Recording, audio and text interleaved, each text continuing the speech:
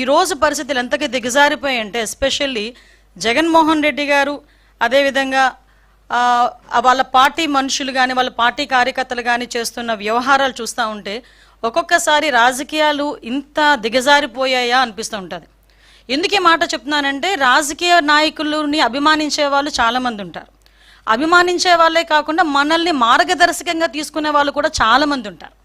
అటువంటి పరిస్థితుల్లో మన బాడీ లాంగ్వేజ్, మన మాట తీరు, మన తాలూకా బిహేవియర్ అన్నీ కూడా వాళ్ళు అసెస్ చేస్తుంటారు. అటువంటి సందర్భంలో ఈరోజు ఒక మానవత్వం లేకుండా కనీసం రాజకీయం అతని తాలూకా రాజకీయ ఉద్దేశాల ధ్యేయంగా హింసను ప్రేరేపించడమే కాకుండా హింసను చేస్తూ తిరిగి దాన్ని సమర్థించుకునే పరిస్థితులు కల్పిస్తున్నా ఉంటే ఒక్కసారి నాకు నిజంగా నేను ఒక రాజకీయ నాయకురాలుగా ఉండినందుకు కొంచెం నేను కూడా ఒక్కొక్కసారి ఇబ్బందులు పడాల్సిన అవసరం వస్తుంది. ఎందుకంటే మనం సాధారణంగా పొదిరిలోనే వైసీపీ కార్యకర్తలు అరాచకం చూసాం.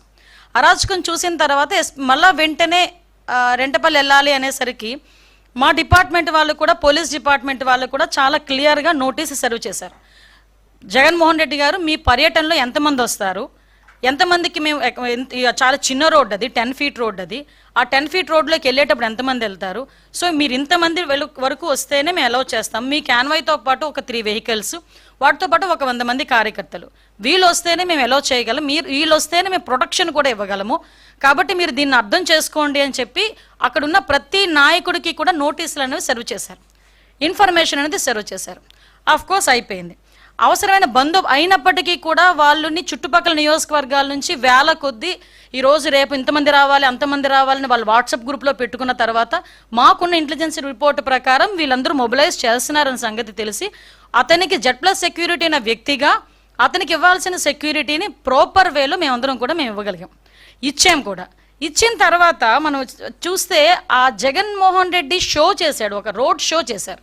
అతను వెళ్ళేదేమో ఒక పరామర్శకి వెళ్తున్న వ్యక్తి రోడ్ షో చేస్తున్నాడు. ఇంచుమించుగా అతని ఇంటి దగ్గర నుంచి తాడేపల్లిలో అతని ఇంటి దగ్గర నుంచి 10:30కి స్టార్ట్ అయిన వ్యక్తి సాయంత్రం 4 గంటలకి ఆ రెంటపల్లి వెళ్ళారంటే ఒకసారి ఆలోచన చేయండి, ఎంత స్లోగా మూవ్ అయ్యి ఎంత రోడ్ షో చేసుకుని ఆయన వెళ్ళారో ఒక్కసారి జనాలు కూడా అర్థం చేసుకోవాలి. ఈ నేపథ్యంలో అతను రోడ్ షో చేసుకుంటూ అందరికీ అభివాదాలు చేసుకుంటూ అందరి దగ్గర నవ్వుతూ షేక్ హ్యాండ్లు ఇస్తూ ఆయన వెళ్తూ ఉంటే దారిలోని అతని కార్యకర్త, అతని సింపథైజర్, అంటే వాళ్ళ పార్టీ సింపథైజర్, పార్టీ కార్యకర్త కనీసం వెహికల్కి కింద పడిపోయి టైర్ కింద పడ్డాడు అన్న సంగతి తెలిసి కూడా అతను కనీసం బండి ఆపకుండా ఆ బండిని అలాగే ఆ పక్కనున్న వ్యక్తిని కనీసం పక్కన తీసి, నేనేమంటానంటే ఆ బండి కింద పడిపోయాడు వ్యక్తి, ఆ వ్యక్తిని తీసి ఇమీడియట్గా 108కో దేనికో ఫోన్ చేసి అంబులెన్స్లో పంపిస్తే కనీసం మనిషి బతికేవాడేమో. ఎంత అంటే దాన్ని ఏ పదాలు ఉపయోగించుకోవాలో కూడా అర్థం కావట్లేదండి. ఎంత నిరంకుశంగా, కనీసం దయా జాలి లేకుండా ఆ వ్యక్తిని అలాగే ఈడ్చి ముళ్ళ పొదల్లో పడేశారు. తర్వాత అతన్ని చూసి పోలీస్ డిపార్ట్మెంట్ వాళ్ళు 108కి ఫోన్ చేసి ఇమీడియట్గా డిపార్ట్మెంట్ వాళ్ళు హాస్పిటల్కి పంపిస్తే హాస్పిటల్కి వెళ్ళిన తర్వాత అతను చనిపోయాడని డాక్టర్స్ చెప్పడం జరిగింది.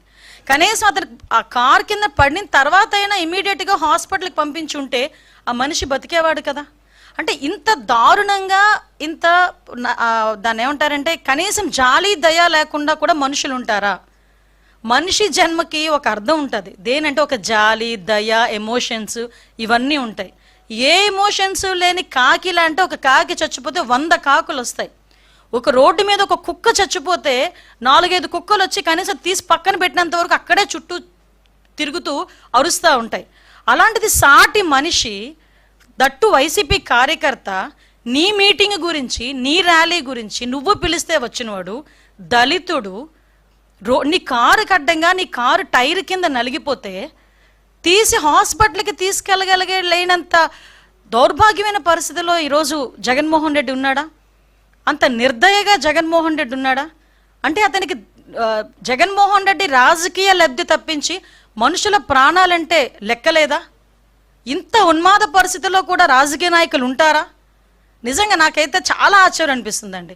ఇలాంటి సిచ్యువేషన్ నుంచి తన నిర్లక్ష్యంగా 2 చనిపోయారు. అతని నిర్లక్ష్య కారణంగా ఆ రోజు సింగయ్య, మళ్ళీ ఇంకొక అబ్బాయి రెడ్డి, 2 చనిపోయారు. 2 చనిపోయినా కూడా తన పర్యటన కొనసాగిస్తూనే ఉన్నాడు. విషయం ఏంటంటే ఇందులోని మనందరం కూడా ఆలోచించాల్సింది ఏంటంటే, సంవత్సరం క్రితం బెట్టింగ్ ద్వారా డబ్బులు కోల్పోయి ఆత్మహత్య చేసుకున్న, ఇక్కడ మీరు అర్థం చేసుకోవాలి, సంవత్సరం క్రితం జూన్ 4th అతను ఆ బెట్టింగ్లో పోయి జూన్ 9వ తారీఖున ఎప్పుడో చనిపోయిన వ్యక్తి, 2024లో చనిపోయిన వ్యక్తికి సంవత్సరం తర్వాత పరామర్శ చేయటానికి ర్యాలీగా వెళ్తా ఉంటే మధ్యలో దారిలో 2 ప్రాణాలు పోతే ఆ 2 ప్రాణాల గురించి ఆలోచన చేయకుండా సంవత్సరం ముందు పోయిన ప్రాణం గురించి ఒక విగ్రహం కట్టించి ఆ విగ్రహానికి దండేయడానికి వెళ్ళాడంటే ఒక్కసారి ఆలోచించండి అతని తాలూకా నైజం ఎలాంటిదో. Please subscribe to Leo news for more videos.